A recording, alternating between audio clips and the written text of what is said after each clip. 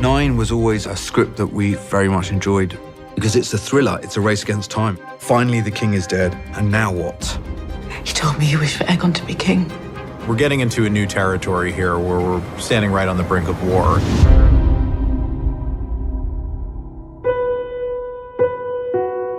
We saw this episode as a real kind of Hitchcockian suspense film.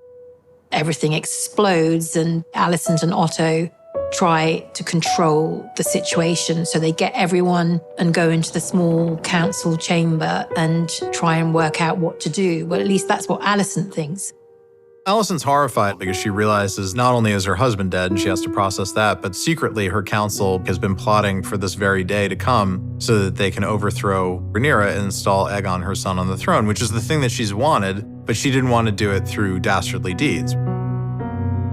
It's a good departure for her because she's seeing maybe this isn't the father she knew as she was growing up, but certainly this is the man that he now is. I will not have this. To hear that you have plotted to replace the king's chosen heir.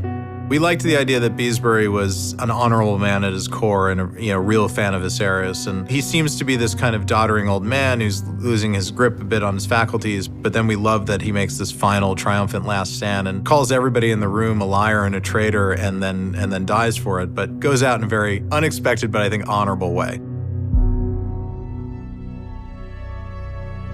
Season 1 is quite an internal story about the dissolution of a family, and therefore we don't really get out much. And once we're out there, we really felt we wanted to make the most of it. Otto Hightower decided they need to murder Rhaenyra and Daemon and their whole family so as not to have an opposition. Alicent refuses to let that happen, and it sets off this race for both of them to find Aegon because each of them wants to influence him. Where is Aegon? Not here. Otto sends the Cargill twins, Sir Eric and Sir Auric. Alicent goes to Cole, her loyal bulldog, who grabs Aemond as a partner and sends them out into the streets, knowing that Aemond knows what Aegon has been up to in the streets of King's Landing. And I think that's the big mystery of the episode is, who is Aegon really? Who is this man we're about to make king? You tolerated the prince's proclivities for years. We swore an oath of service until death.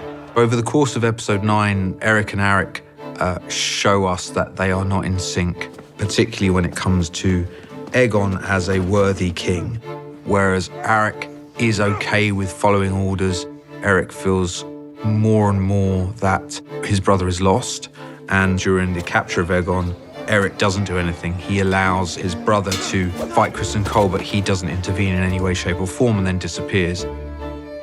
When Aegon and Aemond have that fight, we really wanted to make it into a sibling hatred, and Tom really dug deep and wanted to create this really tormented character versus Aemon, who is tormented, but he keeps it all hidden and under the surface.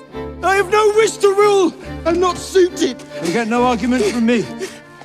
There's a lot of bitterness from Aemon's side. He's built to be the king. He wants the responsibility. He thinks he'd be good at it. And Aegon being the eldest son, it falls to him to do it.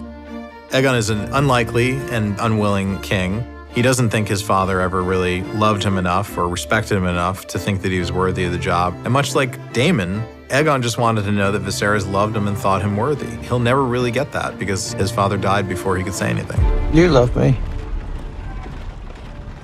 You imbecile. Aegon's coronation is another one of these show trials. The Hightowers really do like their staged events.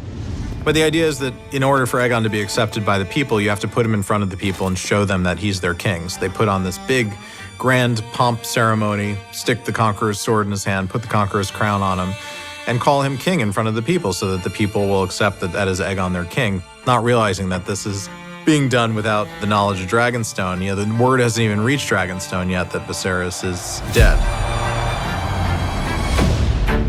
So Rhaenys wakes up and realizes that she's a prisoner because should she get out, the fear is that she'll go straight to Rhaenyra and tell her what's going on.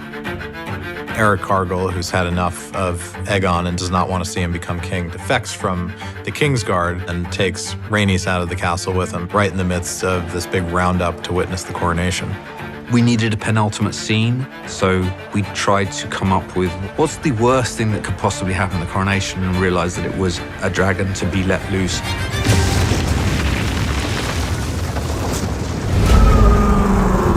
Rhaenys, the queen who never was, she's a triumphal dragon rider. We wanted a triumphal moment for her at the end of the season.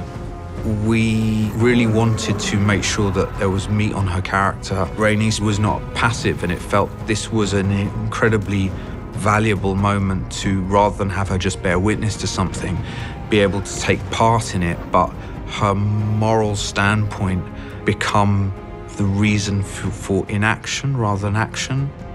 She knows if she sets fire to that dais, she ends any possibility of war and probably sets peace throughout the realm. But I think probably doesn't want to be responsible for doing that to another mother. And it's a complex choice, and one that people might dispute or have a problem with. But that's the choice Rhaenys makes in that moment. We see her busting out and being the one that's going to take the news to Dragonstone of the coup and of Rhaenyra's throne being stolen is a great heroic moment for her character.